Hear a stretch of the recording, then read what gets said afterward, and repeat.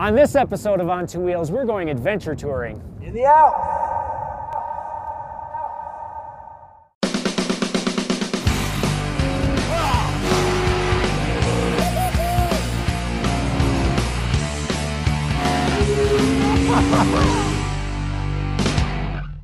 This is Motorcyclist Test Ride in conjunction with Edelweiss Bike Travel. We brought along 10 lucky readers, gathered 8 exciting adventure touring motorcycles, and we're spending the next 5 days riding through 4 countries.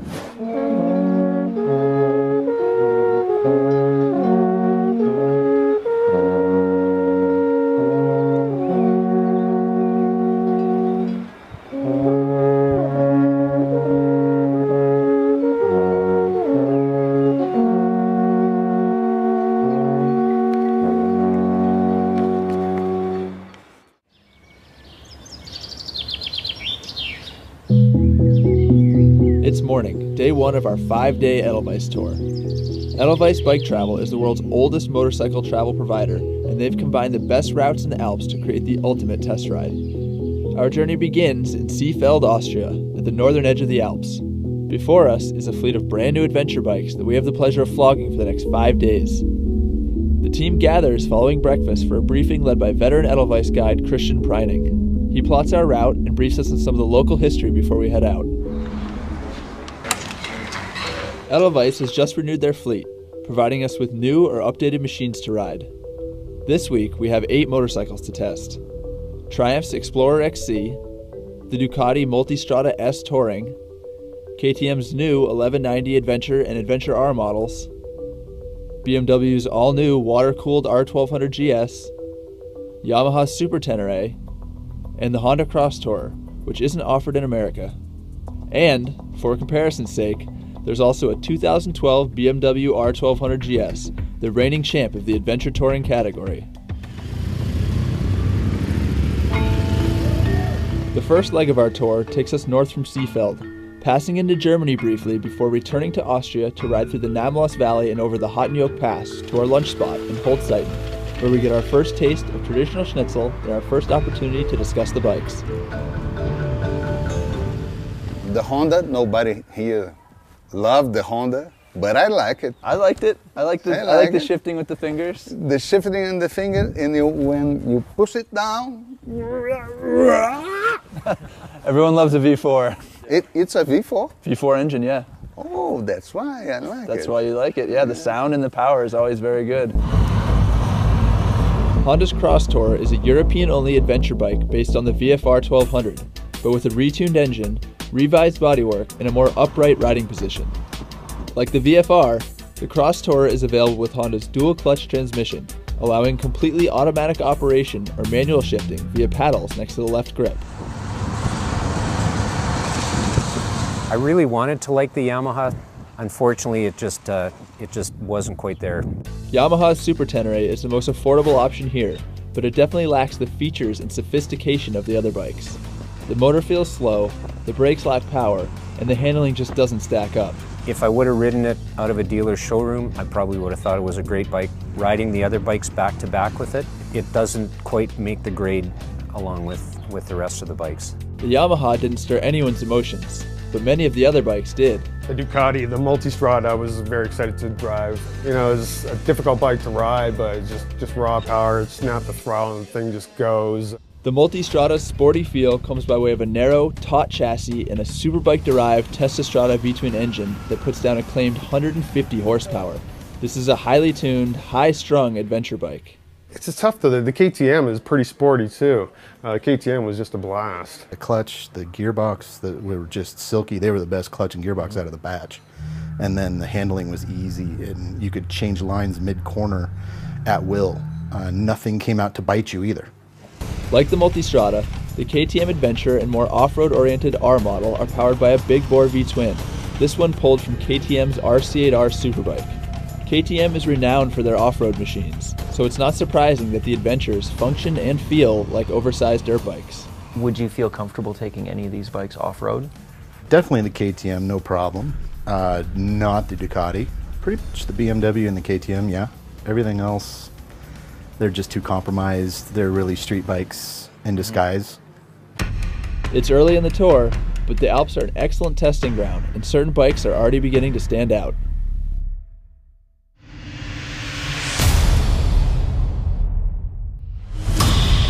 This is Italy's Stelvio Pass, the most epic pass in the Alps.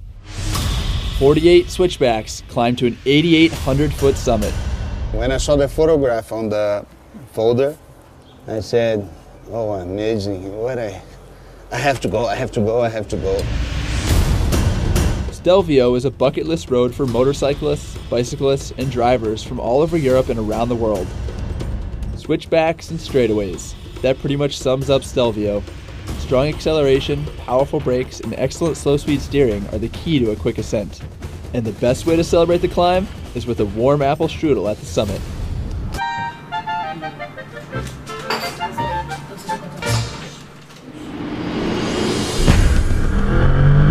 Coming up the Stelvio or some of the other tight passes with the tight switchbacks, the KTM and the Ducati just absolutely hooked those corners, and you could drive out of them with total confidence. The Ducati instills confidence thanks to its new Skyhook electronic suspension, which monitors throttle position, brake application, and many other parameters to automatically adjust damping as you ride. The roads in the Alps are universally excellent, with good pavement and a twisting, technical layout that constantly tests both rider and bike. Stelvio may be the most famous, but it's just one of literally dozens of incredible passes. From Stelvio, we make our way through the Italian Alps, passing through luscious green valleys and over snowy mountain summits like Passo di Gavia, where snowbanks and pale blue glacial ponds border the narrow, rugged road. The scenery is stunning, nearly to the point of being distracting, but our attention remained on the roads and the bike's performance. Our group is composed entirely of experienced and enthusiastic riders, and the pace was often quite quick. We just had a blast just shredding these Alps to pieces. Man, I mean, we were just 70% throttle or better so much of the time.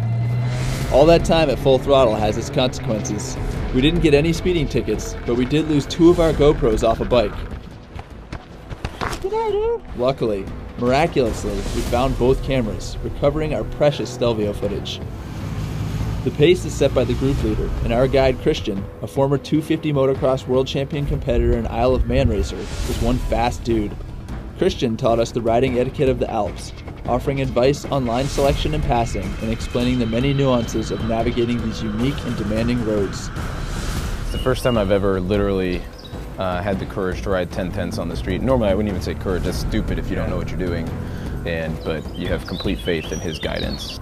High speeds and tight roads highlight a bike's handling, and Triumph's Explorer feels like the biggest bike due to its high center of gravity, huge tank, and wide bars. It has a great exhaust note, a little bit lacking in some of the other areas. It's fairly comfortable, it's a little buzzy. I was a little disappointed with that. I was hoping it would be just a touch better than that. Not everyone liked the bike's handling, but its 1215cc inline triple engine was a favorite. It's got that nice smooth engine character, just the torque band is just like butter. For me, I think my favorite bike would be the Adventure R. It just did everything I wanted it to without requiring any additional feedback from me. I didn't have to change my riding style. It's just the only downside to it was the engine heat. KTM offers its all-new adventure bikes in 2 flavors. The base Adventure is more street-biased, with a 19-inch front tire and electronically adjustable suspension that's optimized for street use.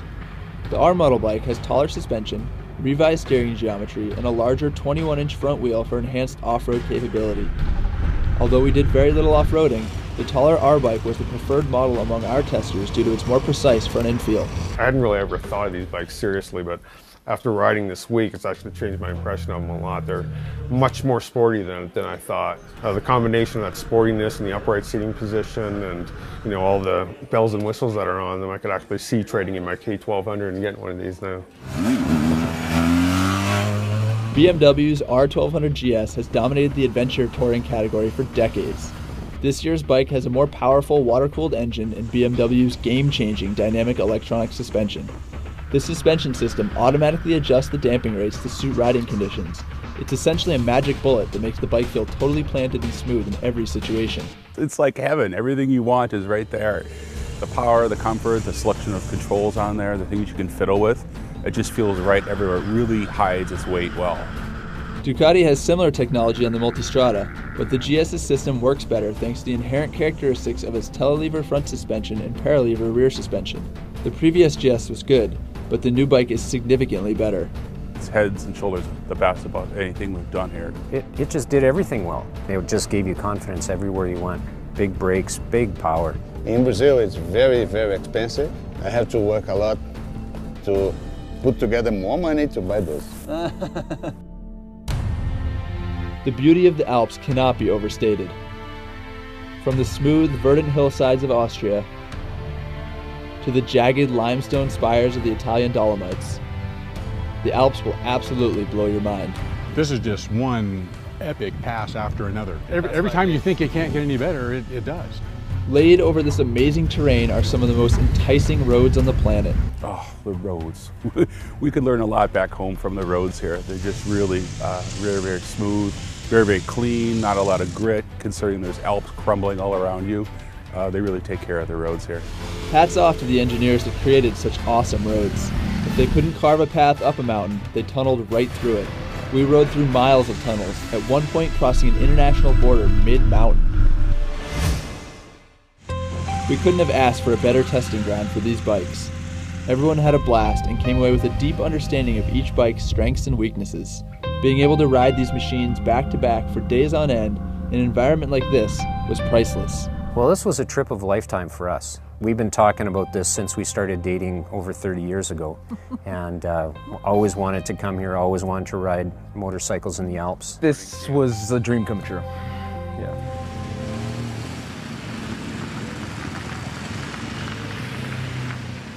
Here we are back in Seefeld, Austria, where we started 5 days ago. We're literally fresh off the bikes. Yeah, this has been an incredible trip. Over 1,000 miles, 4 countries, 5 days, 8 awesome motorcycles. It's been a fantastic adventure, but it's also been a test. But this wasn't a typical comparison test. Instead of gathering the data ourselves, we brought 10 readers with us to the Alps to give us their unfiltered, real-world opinions on what makes these bikes great. We started with 8 bikes, but even by the end of the first day, it was clear that 3 of them had risen to the top. Absolutely. Ducati's Multistrada is undeniably the sport bike of the bunch. This thing is crazy powerful, but it wants to be ridden hard and fast. Not surprisingly, KTM's all-new 1190 Adventure is the dirt bike of the bunch. It feels like a dirt bike as soon as you get on it. Really light, really responsive, and a lot of fun to ride in the technical stuff. But the bike that combines both those attributes and so much more has got to be BMW's 2013 R1200GS. This bike is all new this year, liquid-cooled boxer engine for the first time. It's smoother, more powerful, and more responsive than ever before. And this bike handles any road. I mean, it rails, and that's because BMW has updated its unique chassis with dynamic electronic suspension that automatically adjusts to any surface.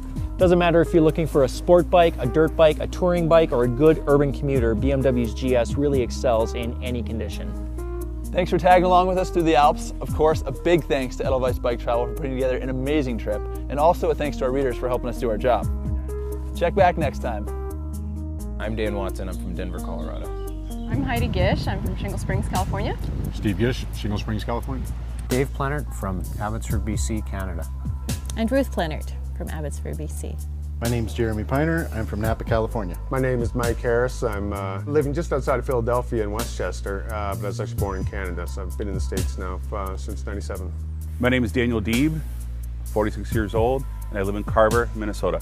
My name is Tony Deeb. I'm 44 and I live in Lomita, California. Augusto Filadelfo, Rio de Janeiro, Brasil. In Portuguese, I can say Augusto Filadelfo, Rio de Janeiro, Brazil. Oh man. If you prefer.